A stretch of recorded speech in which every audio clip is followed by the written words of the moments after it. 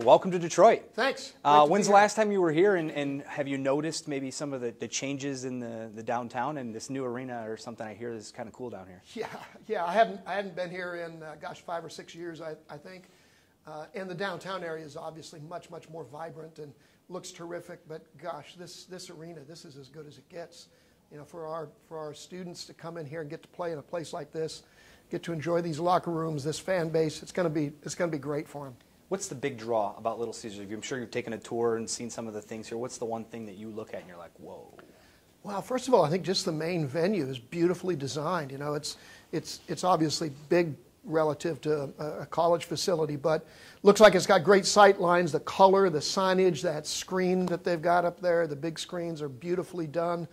Then you go in the back, you know, the back spaces, the locker rooms, everything's just top drawer. It's got to be exciting for anybody that gets to play here. Yeah, certainly. Red Wings and Pistons are loving it. And Michigan State's been here before once with Oakland and Michigan and UDM. Right. I was back in the Red Wings locker room. Made me want to take up skating. Yeah, right? You got even the rink down there below as well. Really cool. Yeah. Very cool. You know, fans, of course, have been looking forward to Detroit being the destination here.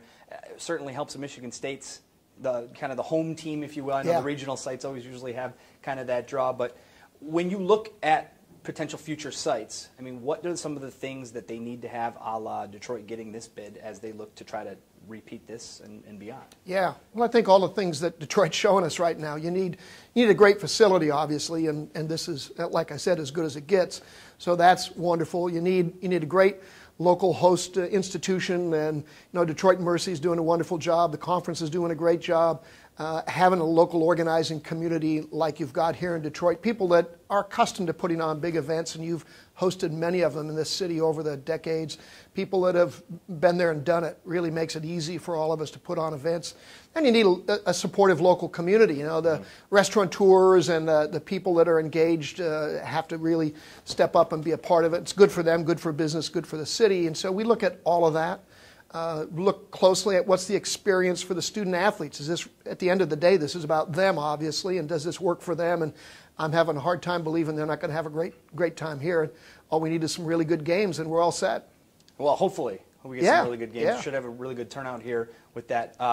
Final Four has been here down at Ford Field. Yes. I'm sure you were here for that. Yep. Super Bowl was here. Yep. You know, a couple years before that. I mean, Detroit is trying to make itself one of the destinations for higher, you know, competitions, Super Bowls, and the NCAAs and Final Fours, college football playoffs. How much, with the development that's been done here, does this make this more of an attractive destination for you guys when they submit bids and whatnot? Yeah, well, I think they've elevated the city's positioning and all of that enormously, just with this facility alone. But also, as I said, the logistics of working it. This is an easy place to get in and out of for fans and for student athletes, for all the teams and bands. It's got a very accommodating community that wants people to be here. It's important to have the communities be kind of hungry and really, you know, be excited about it. It's harder in some great big cities where, you know, our tournament coming to town is just another event out of 100 that year. When you're in a place like Detroit, I was in Wichita yesterday, same thing there. You know, it's a big deal for them. They're excited, they're enthusiastic, and they support the players really, really well. And so far, that looks like what we got here. Certainly feels that way. Michigan State, obviously one of the schools here in this one, you know, a big name. They've been in the news, obviously, with the Larry Nassar situation. Can you tell me anything that you guys have been talking about with some of your investigations and some of the things that have been popping up with that since that? Yeah, I can't talk about investigations just because it's the nature of that work. This is obviously just a tragic circumstance in so many ways. You know, here's all of these victims. It's staggering. You sat through and listened to that testimony in the past weeks, and it's just gut-wrenching. And then similarly, you know, here's a wonderful university with so much great tradition and such a great academic institution. To be embroiled in this is really, really shocking for everybody. And we're gonna work with all the officials and do everything we can to make sure that we understand what's going on. Everybody's got a role to play in this. Obviously, law enforcement has the first jurisdiction here. We have to be very respectful of all the jurisdictional boundaries. And then we'll see what comes of it from there. But for now, we don't have any comments about it. Okay, understandable. Yeah. What about the FBI probe? I mean, that's been something that's kind of popped up, of course, a couple months before the big, NCAA staple of it. How difficult has that been to, hear those things come out and have to try to still put on an event that millions of people look to and enjoy so much? Well, look, this has been as awful a chapter in college basketball as we've ever had, right? I mean,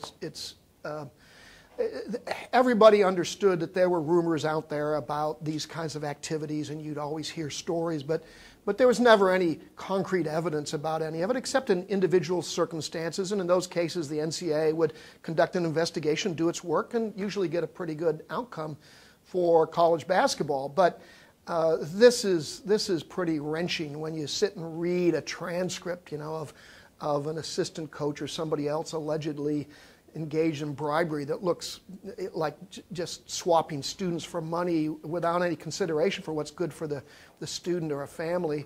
That's just deeply disturbing. So everybody's been upset by it.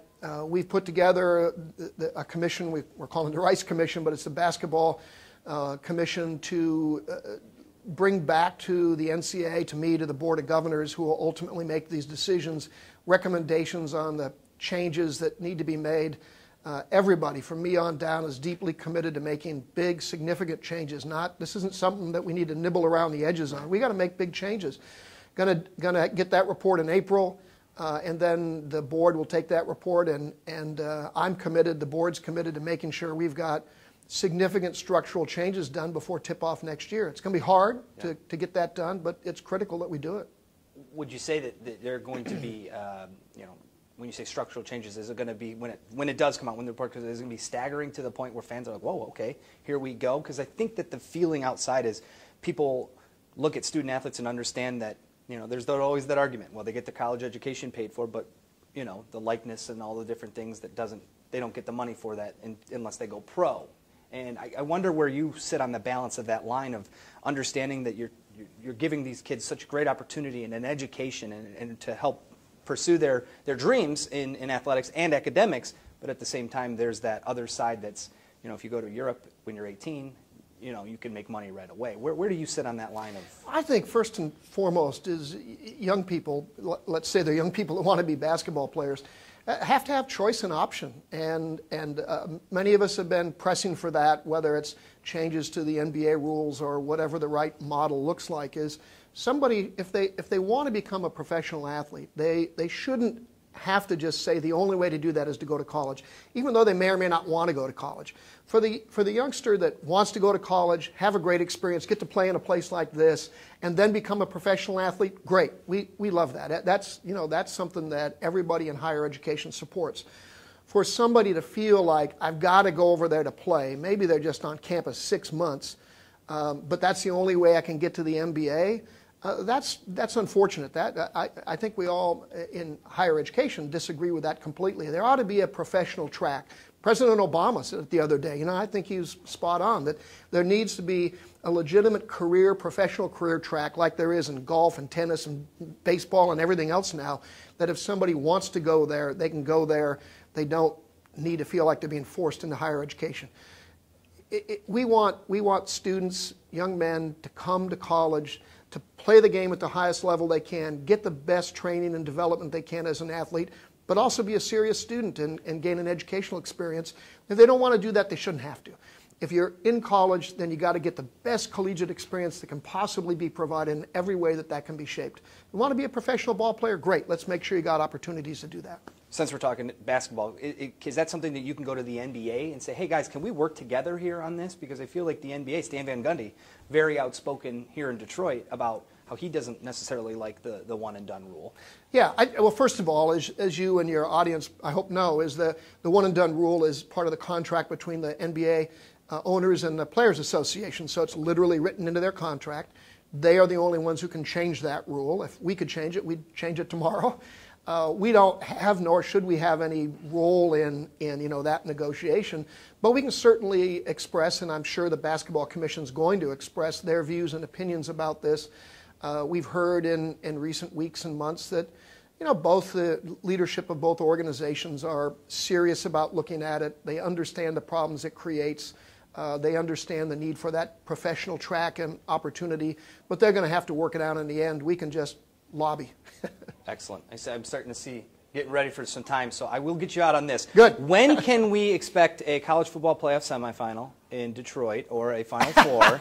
Or we'll put it on the record right now for you, because there is a clamoring in this city for more of this type of. We want the NFL draft. We want more regionals. We want more, this type of stuff. And I hope that you see that through your weekend here, or your day here, or whatever it may entail. But I guess the one thing is when you look at Detroit, if there's one thing they need to do more to get more of these types of events, what would it be? Well, let me first of all say that we're really looking forward to this weekend. Everybody's excited about it. Everybody in college sports is watching Detroit. I think if this event comes off the way it sure looks like it's heading right now, you don't need to do anything more than that. When it comes to college football playoffs, there's one thing I can guarantee you. I will have nothing to do with that decision. That decision's not made by the NCAA. It's made by the College Football Playoff group, a committee of 8 people that aren't part of us, and they will make that decision, not the NCAA. But, this is the kind of town that's got such a great sports tradition. Everybody knows that. I think keep doing what you're doing. You see this renaissance going on in Detroit, and it's all headed in the right direction. Mark, I appreciate it. My pleasure. Good to be with you. Yeah, excellent.